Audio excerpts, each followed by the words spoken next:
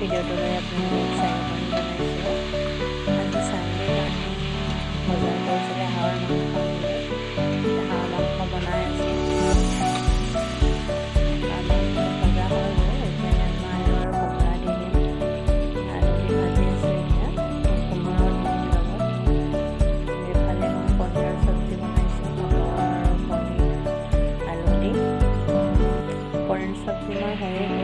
এয়া মাংসত এতিয়া মই পানী দি সিজাই ল'ব ধুনীয়াকৈ।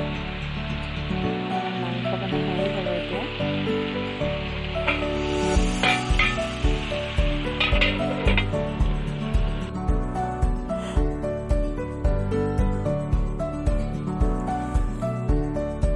আমাৰ মাংস হৈ গ'ল। এতিয়া মই মাংসত ড্ৰাই ফ্ৰাই বনাইছিলোঁ। এইখিনি পিঁয়াজ ডাঙৰ ডাঙৰকৈ দি ইয়াত ড্ৰাই ফ্ৰাই বনাইছোঁ। সেয়া মোৰ দুপৰীয়া সাজ ৰেডি হৈ গ'ল।